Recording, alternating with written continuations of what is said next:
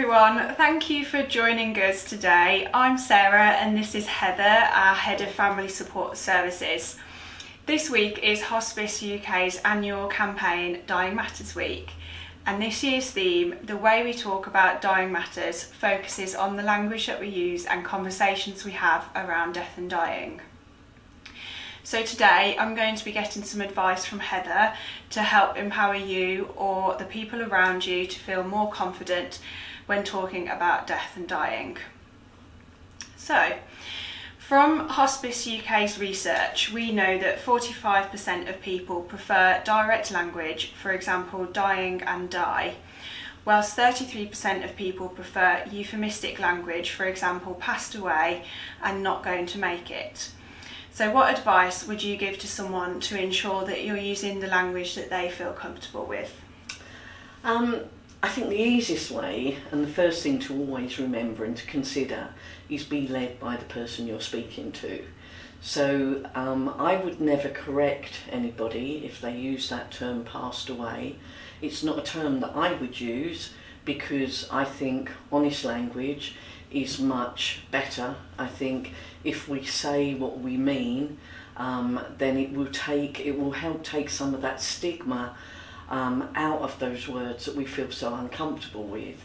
Using the word death and dying is not a comfortable word. That's why people use passed away. They feel that it's kinder, they feel that it's softer, but it can be very confusing for the people around that person, and it's just another example of how we tend to shy away from addressing some of those really difficult issues. So I would always use that term myself. I would ask you can still use it in a very empathic and sympathetic way. You can talk to the person, you can ask the question, when did your partner die? You can ask that in a sensitive manner, but at least it means what it says. If we use that term passed away, especially for children, for adults with learning difficulties, it doesn't mean anything. So I think it's better to use those honest words, but equally I wouldn't ever correct somebody. If they feel more comfortable using that terminology, then I would go along with that, but I would just be using my own terminology alongside that, if that makes sense. Yes, definitely. Thank you. So here at the hospice, we know the importance of planning for end of life, but what advice could you give to an individual who is living with a life-limiting illness to encourage them to talk to their family about their wishes? Yeah, again, that's a really difficult thing. And the first part that goes with that conversation is maybe an acceptance that their condition isn't curative. If there is an acceptance around that, then some of that planning for the future becomes much easier. And maybe we should all do that. We all have a terminal disease in life. It's called life.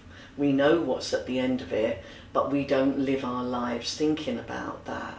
If we were a little bit more accepting about that, then maybe that would be easier to have those conversations. Sometimes people are frightened to say those things because they think if they say them, they're going to come true in that moment. But if we shared our wishes a little bit more, it gives us the opportunity to do some of the things. If there is one silver lining with having a non-curative condition, it may be taking advantage of those moments to have those conversations. So it may be about your own advanced care planning, your thoughts about what you want, which takes some pressure off the people afterwards if they know that they're being led by the most important person. They know what they wanted. It also allows you to have conversations that you may have avoided, or say the things that you want to say, or leave behind some of the things that are important to you. So memory box work, life story work, doing the sort of a desert island discs type thing that tells your children, your grandchildren, some of the things that you won't have those opportunities to tell them. So it can be really useful to people. Would you advise people to talk about death and dying and their wishes around that much earlier, regardless of whether they've got a terminal diagnosis or not. Absolutely. It's a conversation that people don't have. You know, you're young, you don't have a condition. I bet it's not a conversation that you've had with somebody that's important to you. And yet we sometimes see things. We know the songs that are really important to us. It's only a little matter of maybe writing it down somewhere. If you write it down and you change your mind next year, you can rip that up and you can update that constantly. But at least it would be something that was important to you. And it's interesting because for some people, that ceremony, however you want to think of it, whether you want to think of it as a funeral, as a celebration, as a wake, as a party, whatever that may be, is really important to some people. And the effort and the thought they put into that is massive and can give them some sense of control at a time in their lives where lots of other things are out of their control. And for the people that are left behind, that can be a really comforting thing to know that that is just what that person wants. So, you know, and you can think as widely outside the box as you like. You know, I've seen photo boxed cardboard coffins with photos all over them. You can have them in every colour you want. You can have them made out of just about anything that you want. And just having that conversation about a coffin or where you want to die or where you want to be buried or cremated or any of those things can be quite an opening conversation for people to have with somebody that you love. So it's worth considering. Definitely. So when someone gets diagnosed with a terminal life-limiting illness, should they tell their friends and family? Again, there is no right or wrong answer to that. I may consider what I see as the right or wrong way to approach that, but it's a very personal thing and that has to be a personal choice. There are some benefits if you can have those conversations, and some of those benefits are about people being more understanding. If people have the knowledge, then people are generally kind-hearted and nice and want to help. They're not nosy, inquisitive, mean people. And if they do have that information, they can help. And sometimes little things make all the difference. You know, just cooking something and putting it on somebody's doorstep can make all that difference. Offering to pick up or drop off kids from school, picking up a paper from the local shop and dropping it in so people don't have to do those sort of things. They haven't got to be massive big gestures, they can be tiny little gestures, but they make a difference and they help. And if people are in the picture, they don't have to know all the information. You can be still very private within that, but just sharing the fact that you're going through something that stops you doing some of the things you would normally do. People are generally very considerate. You know, you only have to think about yourself. If you knew a work colleague or a friend of yours was going through something, would you be around there wanting to know all the ins and outs, or would you just be willing to do anything that would make their situation a little bit easier? Most people think like that. So I think it can be helpful for the carers and the patient if people are put in the picture. You also don't have to spend a lot of energy and time and mental capacity putting into keeping that a secret, managing how you put on a front that people don't know about that. And that can be really wearing when you're tired, finding excuses, saying why things are such. If you tell the honest truth, then people probably won't question and will leave you alone. But it's a very personal thing. And sometimes when you do that, there are right and wrong times to do that. And that has to be a time that is right for you. Having these conversations with children, you know, they can be planned and they can be much easier than anticipated.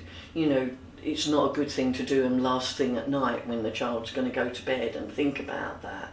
but at the start of a day when you can spend it together and those questions can crop up at little inopportune moments and you can answer them very easily, they're the best times to do it. So, you know, it can sometimes help to have those conversations with somebody that is more experienced in doing it, and plan. They should never do it for you. You are the absolute best people to have those conversations, but they can help you think about how you're going to do that in a way that makes it more manageable. What advice would you give to someone who has children or young people in their life around talking about their life-limiting illness and preparing them for the future?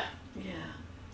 Again, you know, if we think about that conversation, it's about as big and as difficult a conversation that you can have. And people are very anxious about doing that because when you love people, you don't want to upset them. You want to keep them safe. So the temptation to keep things that you think are going to frighten them, scare them, worry them, can be there. I sometimes think it's a little bit like when you're waiting for the results of an exam, when you're waiting for the outcome of something. Sometimes children are not stupid. Children pick up on every little nuance going, and they may be worrying about what's happening. They will have picked up on different behaviours in people, and sometimes having those conversations can allow some sense of normality back into a family. It's about taking them on that journey with you. So you don't have to say what is going to happen. You don't have to say you don't have to use all the medical terminology. It can be really simple conversations such as, Daddy's got a poorly tummy and the doctors are trying to make him better. As that prognosis and diagnosis change, it may need to be the doctors have been trying to make Daddy better, but they're not able to do that, so they're making sure that Daddy's comfortable. And as that changes, you take them on that journey with you, but they feel part of that, and they feel that it's safe to ask questions and that they will get answers. And the other thing that children are very good at doing is taking the blame for things and thinking that it's something they've done or it's their fault that you're in the position that you're in.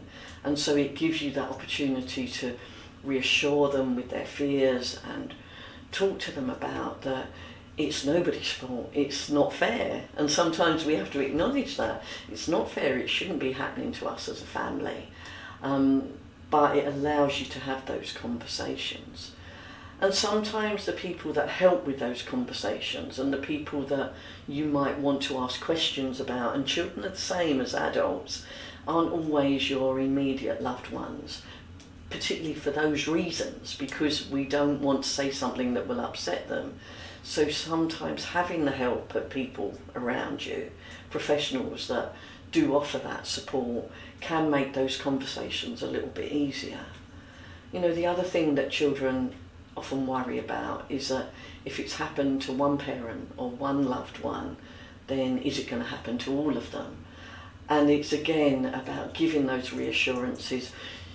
You know, the caring parent will get colds, they will get sickness bugs, they will need to be in bed at some times, and it's about reassurance that no, it's not the same, it's different, it's hard, and children adapt. Children are magnificently resilient. They manage. If we all behaved as children behave, we'd be much healthier human beings. They cry when they want to cry, they stamp their feet, they get angry, and then they'll turn around and ask what's for tea the next minute. And if we could manage our emotions like that, we'd be much healthier. So I'm not for 1 minute suggesting it's an easy ride, but it is a manageable ride. And sometimes we can help with that and make that a little bit easier. How can Primrose Hospice and Family Support Centre help our community? Yeah, I think it's a little bit, we've touched on it through our other questions, that sometimes it's really hard having those conversations with the people that you love. And that's really obvious why that is. We put on brave faces, other people put on brave faces. And I don't like that connotation of putting on a brave face can sometimes be seen quite negatively. I often say to people it's not a negative strategy, it's another strategy in your toolbox that helps you get through. And sometimes we do have to do that. There are other times when it's okay to cry. We have a saying here in the Hospice Centre that sad isn't bad. You know, our body expresses what it's feeling. And if we need to cry, then there's a reason about that. We don't tell ourselves off when we're happy and we're smiling and we're laughing. So we should give ourselves that extra TLC when it's not feeling itself. So Primrose can help with those things. We can help with planning how you might do some of those things, have some of those really difficult conversations.